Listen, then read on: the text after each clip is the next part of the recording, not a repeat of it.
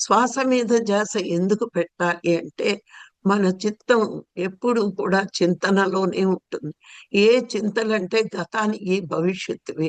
అవి రాకుండా ఉండి వర్తమానంలో ఉంచుకుంటే ఏ సమస్య ఉండదు అని, ఆ చింతలు పోగొట్టడానికి, నిశ్చింతగా ఉండడానికే శ్వాస మీద ధ్యాస. మనం వద్దన్న ఆలోచనలు వస్తాయి, కానీ శ్వాస మీద ధ్యాస పెట్టేవాడికి వద్దనకుండానే ఆలోచనలు ఆగిపోతాయి. అది పత్రి గారు తెలుసుకున్నారు కాబట్టే అన్ని జానాలు రాంగు. ఎందుకంటే గురుగీతలో ఎన్నో జానాలు ఇవ్వబడ్డాయి. అలాగే ఓషో గారు కూడా ఎన్నో చెప్పారు.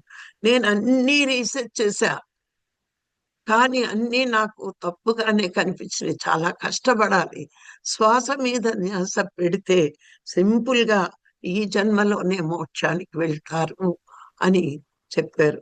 నీకు గురువు దొరికినప్పుడు పరమాత్మ పంపించిన ఈ గురువు ఏం చెప్తే ఆ పాఠం నేర్చుకోవాలి.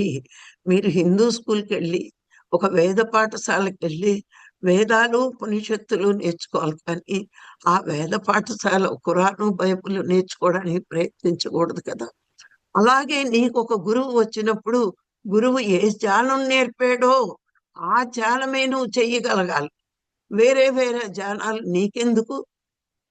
ఎందరికో చెప్పాడది, నీకు కాదు. నీకు తెలుగు అక్షరాలు అభ్యాసం చెయ్యాలి. ఖురాన్ అక్షరాలు నీకు అవసరం లేదు. అట్లాగే నీ గురువు ఏది చెప్తే అదే నీకు కరెక్ట్ ధ్యానం. గురువు శ్వాస మీద ధ్యాస. నువ్వు తొందరగా శూన్యంలోకి వెళ్ళడానికే ఆ శ్వాస మీద ధ్యాస. మరి దాని ద్వారా నీ శక్తి, అంతర్గత శక్తి ఇంకొంచెం లోతులకు వెళ్తే అనంతమైన శక్తి మనలోనే ఉంది. దాన్ని వెలికి తీసే మార్గమే ధ్యానము అని మనకి అర్థమవుతుంది. ఎందుకు అంటే, మీరు లలితా సహస్రం చదవండి, విష్ణు సహస్రం చదవండి, భగవద్గీత చదవండి, చెప్పేది ఒక్కటే. మానవుడిలో అనంతమైన కుండలిని శక్తి ఉంది. అది మూలాధారంలో ఉన్న కుండలిని శక్తిని సహస్రారణ స్థితికి తీసుకురావాలి అంటే దానికి విశ్వశక్తి ఆధారం.